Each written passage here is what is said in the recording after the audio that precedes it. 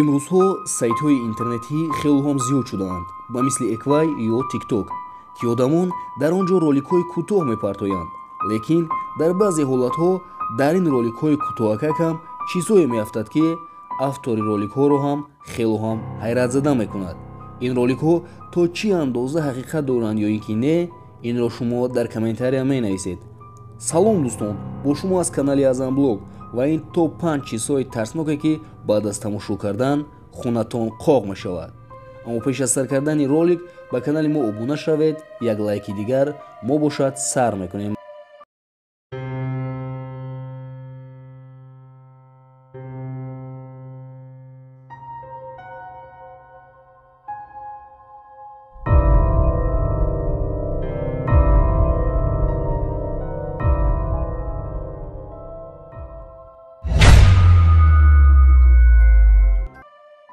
дар вақти ба навор гирифтани ролики кӯтоҳ барои TikTok бинед дӯстон, ки дар ин навор ҷине ба мисли фигураи одам аз қафои ин духтар хелоҳам бодиққат нигоҳ дорад.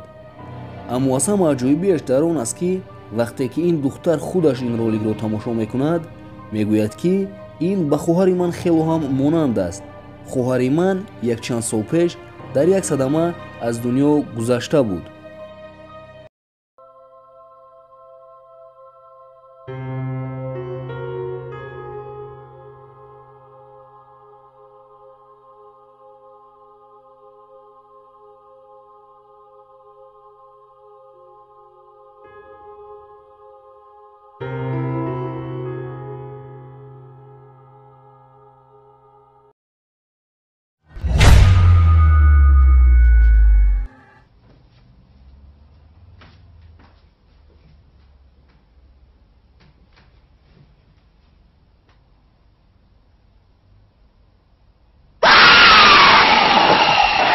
Девятое место.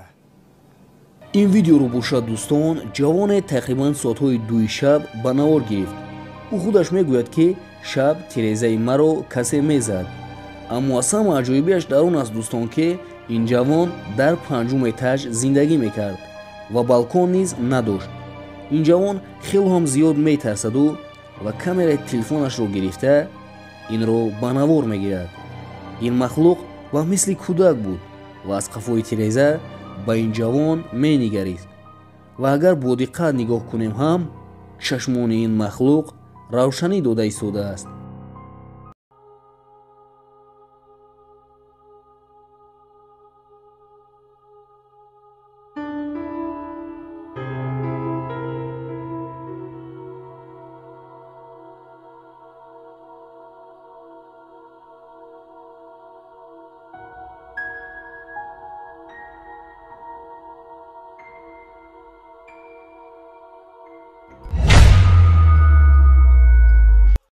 агар бо маълумотҳои ин видео бовар кунем, ин видео аз тарафи шикорчиёни ҷин дар ҷангали машҳури бо номи Аникхахара ба навор гирифта шудааст.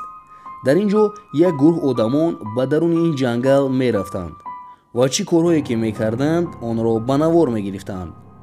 аммо худашон намефаҳмиданд, ки дар камераи онҳо аз пушти санг ҷине ба мисли духтарак меафтад, ки ин духтар аз қафои онҳо мегашт. ва боз ин ҷангалро ҷангали худкушон низ мегӯянд, барои он ки дар ин ҷо чандин одамон худашонро куштаанд.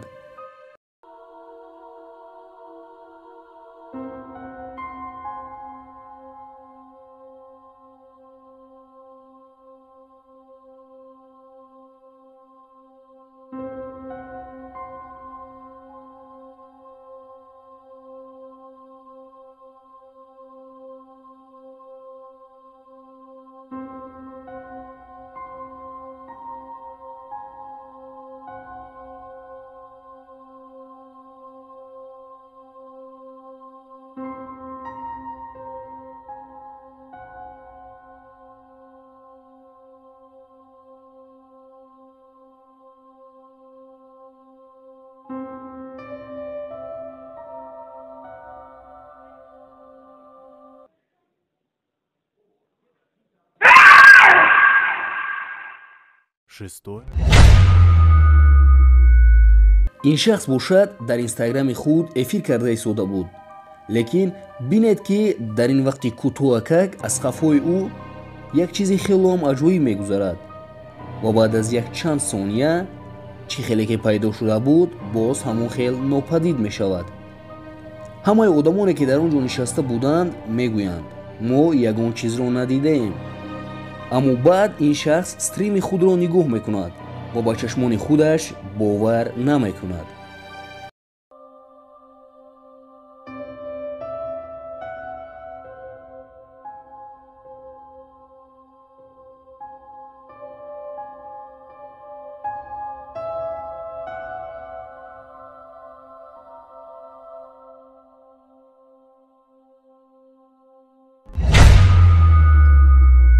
ин видеоро бошад дар беморхонаи пойтахти Калахон ба навор гирифтаанд.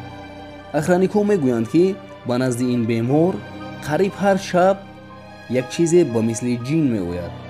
дар наздаш лаҳзае меистаду ва боз нопадид мегардад. аммо комментариянависон мегӯянд ки ин фаришта аст ва барои наҷоти ҷони ин бемор омадааст. аммо дӯстон, фикрҳои шумо оиди ин чӣ аст?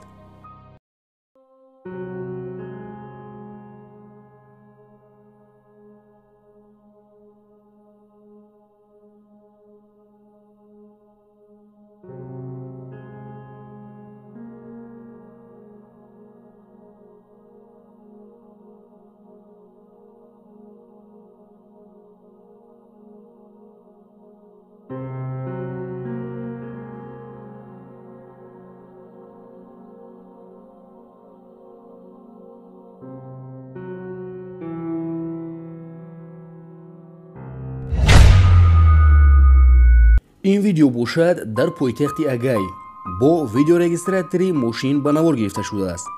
ин шахс бо рафиқаш аз кор ба хонааш мерафт, аммо дар роҳ онҳо як духтаракеро мебинанд ки аз ҳеҷ ҷой пайдо мешавад ва боз ҳамон хел нопадид мегардад ва ин шахс хаёл мекунад ки ӯро бо мошинаш зер кардааст. аммо вақте ки аз мошин мефарояд, дар роҳ ҳеҷ кас нест, гӯё аз аввал дар он ҷо ҳеҷ кас набуд. ин ронанда худаш намедонист ки чӣ гап шуда истодааст ва барои ҳамин ҳам полисҳоро ҷиғ мезанад ва полисҳо бошад ба ҳоли ӯ механданду ӯро ба шӯъба барои тафтиш мебаранд ки мабодо нӯшокии спиртной истифода накарда бошад.